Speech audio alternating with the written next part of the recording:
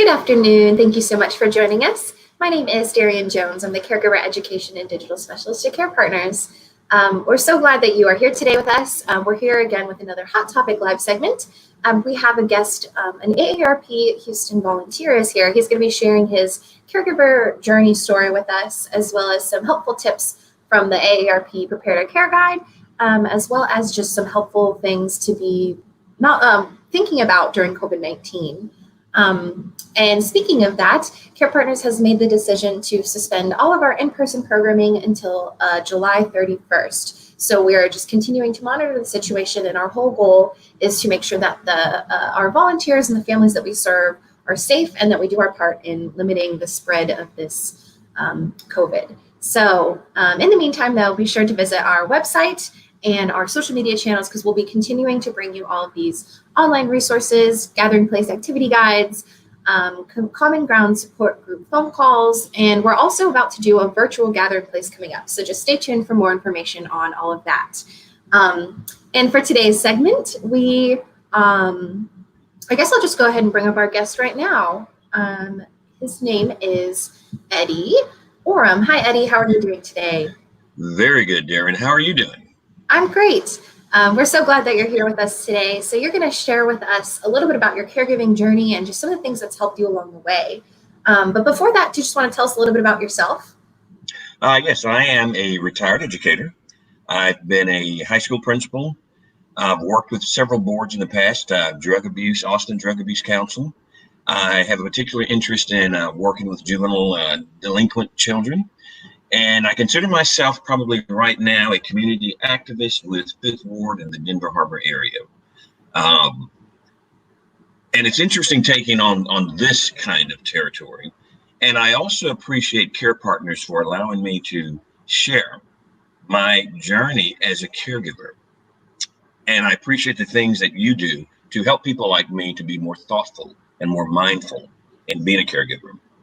But I'd like to say to the audience that I, like many people, never really considered myself a caregiver. And then I began to look at those family cultural influences once I became aware of what a caregiver is. And I find that it was always in my family. And when I had to receive a relative in my home, it was very natural for me. And I want to thank AARP for giving me the tools to make that journey very pleasant, and very, I guess, well planned. But let me give you a little bit about my family culture. Growing up, my maternal grandmother moved into our home when she became ill and spent her last months there. Later, when I was in college, my great aunt was also moved into our home until her last days. So I watched that process happen. And then I look at my paternal grandmother, who also was a caregiver. In fact, when I was very young, I would say about 7 or 8 years old, she asked me to come with her. I sat in the car. She said, "I'll be right back." Later, she comes out of the home with a young lady with a suitcase. And the only story that I understood then was that there was a discussion with the young lady's mother. And because of circumstances, it was better that my grandmother bring her to her home. Later, as I grew up, I realized as an adult that there were several women who would approach me and tell me about my grandmother and how they too were taken care of. And then I have to add too, that I was very blessed to have a kind of father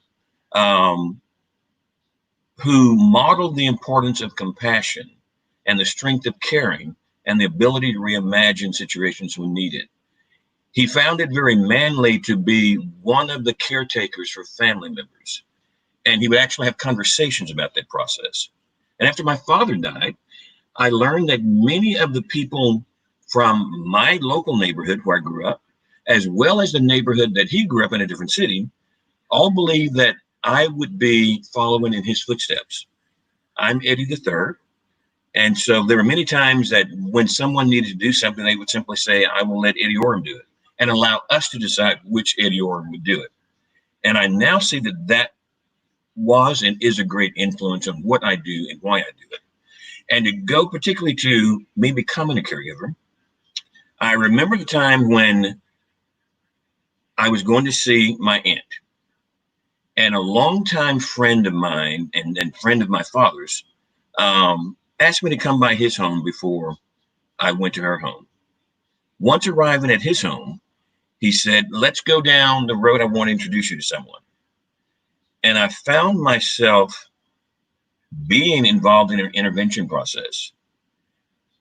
They explained to me that they had bills, medical records, ID information that they were keeping of my aunt in a way to help and support her with her business, something that had been kept away from the family.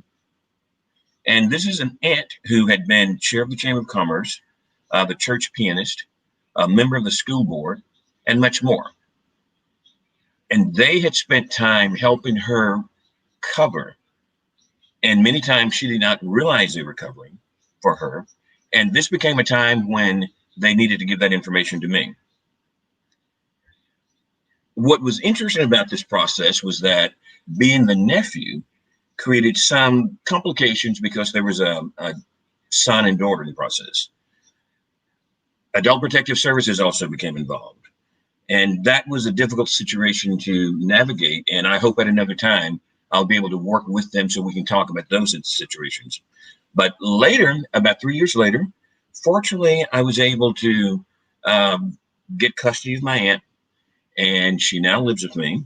We were able to get some neurological assessments completed. We also found out we needed a heart specialist. I learned about Medicare and Medicaid. I learned about reestablishing her banking and Social Security situations. And at this point, she is a family member who lives with me. Because my family member, my aunt, is very articulate, extremely mobile for an 87-year-old person, can actually move up 3 flights of stairs as well as I can. And because she's African American, very articulate and intelligent, it was very difficult in the assessment for her initially. Now, once we were able to obtain a neurologist, it all went well. And the assessments followed through with what we needed to do and where we needed to move and what the stages I could expect. And it's very important to know that we need to know, and we're talking about cognitive impairments issues. It was important for me to learn the different stages so I would know what to expect. Now, it was a true blessing for me when I actually was connected with AARP. And this comes from working in the community with an ex-student of mine from 30 years ago. And it was a night out in Denver Harbor. And a couple of people walked by and talk about us working together, teacher, student, ex-principal. I mentioned at some point that I was the older one in the group. And I was, of course, corrected by the AARP individual and said they liked the term elder. And once they identified themselves as AARP, I then remembered a reception and a learning session that I attended that was very helpful to me with the process. We began to talk about AARP, the support that they offer, and the benefits that I received by attending their session. At that point, I was asked to do a podcast the following week. After the podcast, I was asked to be a volunteer. I learned each time I volunteered with AARP. In fact, one of the initial learning style processes with AARP was that I realized there's actually a plan that's helpful to caregivers. It was in basically, how do you start that conversation? That was very helpful to me with my mother, who's also 88 now, and who is not positioned as my aunt in my home, but lives 3 miles away. And how do you begin that conversation was important. That conversation as into, what are your life choices that I can assist with? After the conversation, I learned through AARP that you must form a team of people. That team will assist you with you realize that you can't do this all by yourself. There are several tasks. In fact, I mentioned my grandmother, who had taken in one lady who became one of my best team members, who lived in California and considered my aunt her big sister. So we worked very closely together as forming the team. Once you have that team, I was taught through AARP that you really need to have a written plan. That plan can be flexible, that plan can change, but who's going to do what kind of support is necessary. I learned that you must involve that care receiver early, especially while that care receiver is going to be cognitive of what's happening, because that way you're actually implementing the wishes of your care receiver. After you have that plan, you identify community resources. That's when I learned about adult daycare, began to look at facilities and their benefits if we indeed run into a situation where my housing situation is no longer appropriate for my aunt. And most of all, AARP taught me how to take care of yourself, because I realized that I was going through several different changes, volunteering, working, understanding the stages of cognitive impairment and what I could expect next. And I realized I was not taking care of myself, and was very fortunate that I was able to actually seek counseling with someone who was able to help me establish my goals. What am I looking for? What makes me happy? How do I become satisfied? How do I take time off? And how do I understand the stages to know to change my reaction and my behaviors? And that's for another whole time too, but it's very interesting in how we as caregivers must understand the needs of our care receivers, and at the same time go through the stages with them. You know what's going to happen to their thinking process, but you must change your reactions as each stage occurs. That's been very helpful to me. And at this point in time, with COVID-19 out, and I realized that my care receiver has intersectionality issues, which means not only we're dealing with the process of aging, but the reminder of current racial inequities and the trauma of what's occurring. Also dealing with high risk for COVID-19, and also now realizing that the aging process is affecting her memory. So it's not just one issue that I have to deal with. It's being an understanding of all of the other influences as well. And AARP helps again with that process. In fact, I'd like to speak to preparing caregivers during COVID-19, because as we know, this brings in a whole new situation. But one of the things that we want to do, and you can also look to as printed, www.aarp.org/PREPARE2care. That's aarp.org/prepare to care, and see resources that are available to you. But let me talk through COVID-19 for a second. If you have a care receiver that does not live with you, you want to make sure you pull together a team to be prepared for that individual. How are you going to make sure that they're okay? Do you want to move someone in during the stage of while wanting your care receiver to stay quarantined at home? It's very similar to you beginning the caregiving process. How do you plan for now our quarantine process? You want to look at the inventory of essential items, making sure that we have medication, food, all other necessary needs in the house stockpiled, if you will, in an effort that you are stuck there. And in my situation, with my aunt living with me, it's an easier process, but I still must understand how we're going to be connected to our other friends and relatives. What's an appropriate time to call? How do we justify that we can't do the visits? How do I take care of myself to make sure that she is taken care of? You want to also maintain your personal safety and self-care. The CDC gives us outlines. It's extremely important. And as I said, you can go online to AARP, and it's easy to actually find the resources that will be helpful, not only with COVID-19, but also the resources necessary to be a good and thoughtful and mindful caregiver. I want to say that what I've also learned is that with my care receiver, Every day brings an opportunity for a new reality. It helps me to be patient. It helps me to be thoughtful, to know that this is not just a question because someone was not listening, but this is an opportunity for me to say it better. It's an opportunity for me to show my aunt that she's important, that we are involved together in this process. I have to learn, who am I? Who are we together? And who do we want to be? And I find that process important when I've learned that I must also forgive myself on days. When there's a downtime, when there's a frustrated time, it's important for me to take a break. It's important for me to know again, who am I? And who is it that I want to make sure I am and want to be, in how I react and how I respond and how I become a thoughtful caregiver.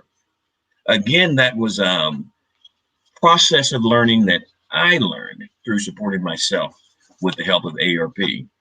And again, I want to thank Care Partners for allowing me the time to tell my story of, we're all caregivers. If you are someone who's bringing medication to someone, helping with a meal, delivering someone to the hospital, you're a caregiver. And as a caregiver, it's our responsibility to make sure that we are mindful of what we choose to do. Every situation is different. You might be a caregiver for someone who lives out of town, someone who lives in your city across town. You might have siblings that you're simply on their team and they're the lead people. But it's a process where we have the opportunity to define and redefine who we are and who we want to be and how we pay it forward. And in this time of racial inequalities, time of navigating through resources, a time through virus crises, it requires more of us. And I want to thank AARP for giving me the guidelines, the resources, and the assistance, and being a very thoughtful caregiver.